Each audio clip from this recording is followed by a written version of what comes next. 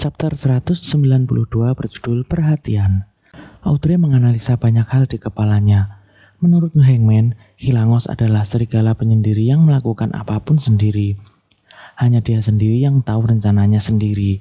Audrey hanya memberitahu The Fool dan ayahnya, walaupun ada kabel telegram di rumah Duknegan, dan ayah Audrey berhasil meminta bantuan, tapi ekspresi ayah Audrey menunjukkan kalau kematian Hilangos di luar ekspektasi dari ayahnya. Jadi hanya satu kemungkinan, yang membunuh Hilangos adalah pengikut The Fool, pikir Audrey. Kekaguman Audrey pada The Fool makin bertambah, hanya pengikutnya saja sudah sekuat ini, setidaknya setara dengan demigod. Audrey merasa sangat excited dengan kejadian ini. Ini adalah misi pertama klub tarot. Salah satu dari 7 admiral bajak laut, Hilangos, mati karena klub tarot. Perasaan excited Audrey tampak dari wajahnya. Melihat ekspresi Audrey itu, ayahnya, yaitu Conhol, memberitahu Audrey walaupun Audrey sangat menyukai hal yang berkaitan dengan mistisisme, lebih baik Audrey menjauhinya karena sangat berbahaya. Audrey akan diperkenalkan oleh Ratu Kerajaan di event sosial Backland tahun ini yang berarti bisa dianggap dewasa. Catatan, seorang wanita bangsawan akan diperkenalkan pada event sosial bangsawan ini setelah menginjak 17 tahun ya. Oke lanjut. Ayah Audrey juga menjelaskan kalau hadiah yang diberikan oleh Republik Intis, Kekaisaran Faisak, dan negara-negara serta organisasi lain yang menaruh buruan pada kepala Hilangos setelah dikonversi totalnya seharusnya sekitar 20.000 pound. Karena informasi pembunuh Hilangos tidak diketahui, jadi hadiah itu diberikan kepada Audrey, orang yang pertama kali mengetahui penyamaran Hilangos. Ditambah lagi dengan Duknegan yang berjanji memberikan tanah liburannya di Teluk Desi sebagai hadiah, termasuk perkebunan pohon karet yang luas. Keuntungan tahunannya tentu saja tidak akan rendah. Duknegan menghabiskan 8.000 pound untuk membelinya dulu, bahkan membangun rumah dan membeli benih berkualitas untuk ditanami di sana. Jadi total hadiah yang diterima Audrey kira-kira hampir 40.000 pound. Walaupun Audrey telah menerima aset jatah warisan dari ayahnya sekitar 300.000 pound, tetapi 40.000 pound tergolong jumlah yang sangat besar untuk seorang bangsawan. Audrey ini sungguh kaya raya, lalu agar identitas Audrey sebagai pemberi informasi Hilangos tidak tersebar dan hal itu bisa membahayakannya, maka nama orang lain yang akan tercatat sebagai penerima hadiah itu, sementara identitas Audrey akan dirahasiakan. Audrey tiba-tiba menjadi sangat gembira. Kepuasan yang didapatnya karena menerima hadiah 40.000 pound, pujian dari ayahnya, menjadi penyebab kematian Hilangos, menyelesaikan tugas luar biasa, dan imbalan kelenjar pituitari salamander pelangi yang akan ia dapatkan dari The Hangman semakin memperkuat kebahagiaannya. Catatan, The Hangman, Arthur Wilson, minta tolong Audrey terkait Hilangos ini dengan perjanjian ya. Jadi sepertinya Audrey akan meminta kelenjar pituitari salamander pelangi sebagai imbalannya. Oke lanjut. Audrey sangat ingin melaporkan kematian Hilangos ini pada Tuan Fool, tetapi ia mengurungkan niatnya. Karena jika pengikut Tuan Fool yang membunuh Hilangos, Tuan Fool pasti sudah tahu tentang hal ini. Audrey juga ingin memberikan sejumlah uang pada Tuan Fool, tapi setelah dipikir-pikir, Tuan Fool tidak akan tertarik dengan uang.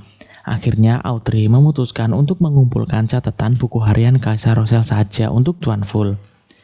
Di tempat lain, di ruang rahasia Duknegan, Duk Palas Negan, ada juga saudaranya yaitu Perdana Menteri Aguesit Negan, yang bergegas menemui Palas Negan meninggalkan sang raja begitu ia mendengar kejadian ini. Lalu ada juga Ice Snake dan yang lainnya sedang berdiskusi. Mereka membahas tentang seorang Beyonder Sequence tinggi yang berkeliaran di Backland dan mampu membunuh Hilangos yang merupakan Sequence 6 dan mempunyai benda mistis yang menjadikannya orang yang sangat kuat melebihi Sequence 6. Pembunuh Hilangos ini setidaknya adalah Sequence 4 atau 3. Walaupun Beyonder Sequence 3 atau 4 mungkin tak mampu menahan serangan meriam kapal, tetapi mereka adalah eksistensi yang bahkan lebih berbahaya daripada kapal perang itu sendiri. Itulah sebabnya mereka disebut demigod. Snake akan mengkoordinasi kerjasama antara gereja Lord of Storm, gereja Dewi Evernight, dan God of Steam and Machinery, sementara Perdana Menteri Aguesit Negan akan memastikan kalau Yang Mulia Raja akan mengizinkan badan intelijen untuk bekerja sama.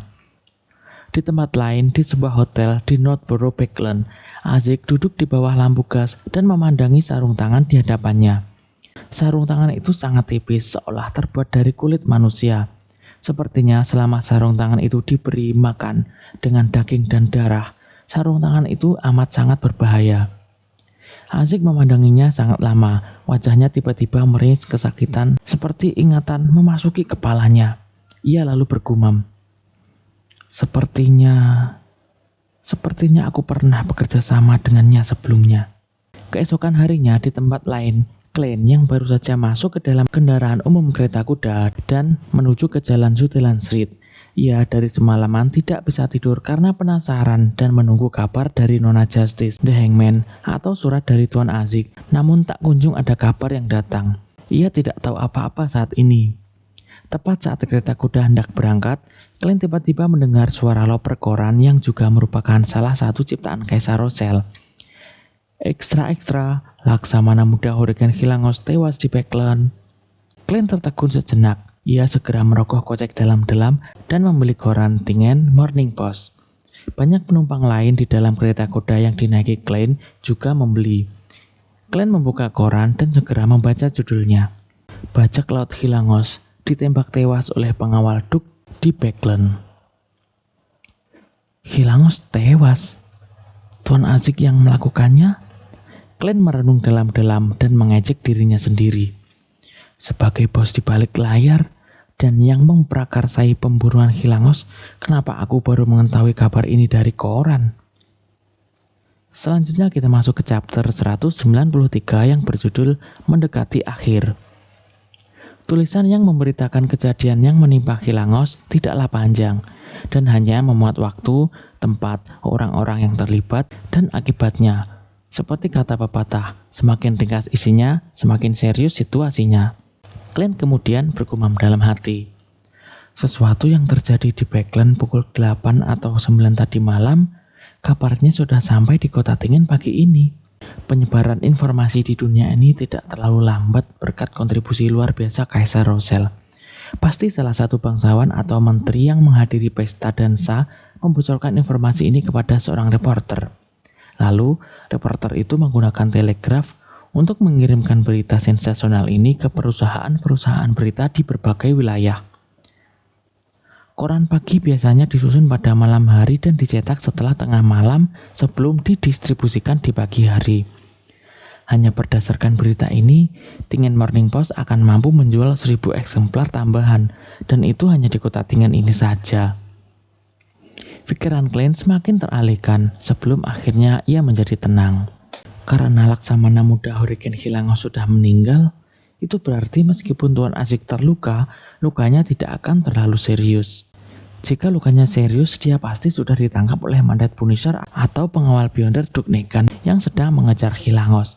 Dan ketika menghadapi situasi seperti ini, Nona Justice dan Tuan Hangman pasti akan berusaha sebaik mungkin untuk melaporkannya padaku. Ketidakhadiran Tuan Azik sudah cukup untuk menunjukkan bahwa semuanya terkendali. Ya, jika Tuan Azik tidak memberikan balasan surat, atau jika Nona Justice dan The Hangman tidak berdoa padaku malam ini, aku akan meniup peluit tembaga sekali lagi untuk memanggil utusan dan mengirim surat lagi pada Tuan Azik. Merasa lebih tenang, Glenn mengalihkan perhatiannya dari koran.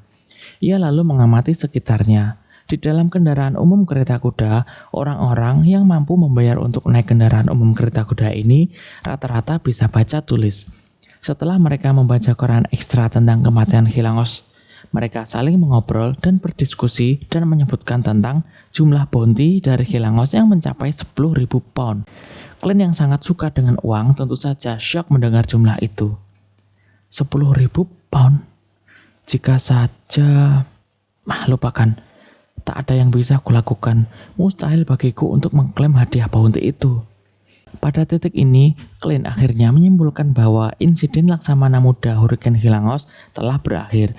Yang tersisa hanyalah menyelesaikan hal-hal yang belum terselesaikan, seperti catatan-catatan buku harian Roselle yang dijanjikan The Hangman padanya. Di tempat lain di Backland, di Sherwood Borough, Forswell dan Siodereca sedang berjalan menyusuri jalan menuju cabang bank Farfad terdekat. Uangku sepertinya lenyap tanpa ku sadari. Untungnya, novelku Stormwind Mountain Villa atau bahasa Indonesianya adalah Villa Pegunungan Stormwind cukup populer dan masih ada royalti yang dikirim ke rekeningku. Kalau tidak, aku harus mencari klinik atau rumah sakit dan menjadi dokter lagi. Force menghela nafas puas sekaligus khawatir. Shio terdiam sejenak sebelum bertanya dengan hati-hati. Apakah investigasi Hilangos akan mempengaruhi statusmu sebagai penulis? Lagi pula, kita bisa saja menjadi sasaran mandat Punisher, Nighthawks, atau yang lainnya. Forswell lalu menjawab, tidak, satu-satunya yang akan mereka fokuskan adalah kau. Force tertawa. Kaulah yang mengirim seseorang untuk membuat laporan polisi, begitu pula dengan orang yang mengirim surat itu, dan orang yang terkenal di antara gang-gang dan geng-geng di Eastborough. Sedangkan aku, Forswell, aku masih penulis terlaris dan populer. Shio berkata dengan linglung. Jadi selama ini kau hanya memanfaatkanku. Force membelai rambutnya dan tertawa. Tidakkah kau merasa ini pengalaman yang menarik? Pengalaman ini telah memberiku inspirasi yang sangat kubutuhkan untuk karyaku selanjutnya. Novelku berikutnya akan berkisah tentang pembunuhan brutal yang tiba-tiba. Mendengar itu Shio terdiam. Tidak tahu bagaimana melanjutkan percakapan. Yang bisa ia lakukan hanyalah terus berjalan dengan getir. Lupa untuk berbelok sampai-sampai Force menuntunnya.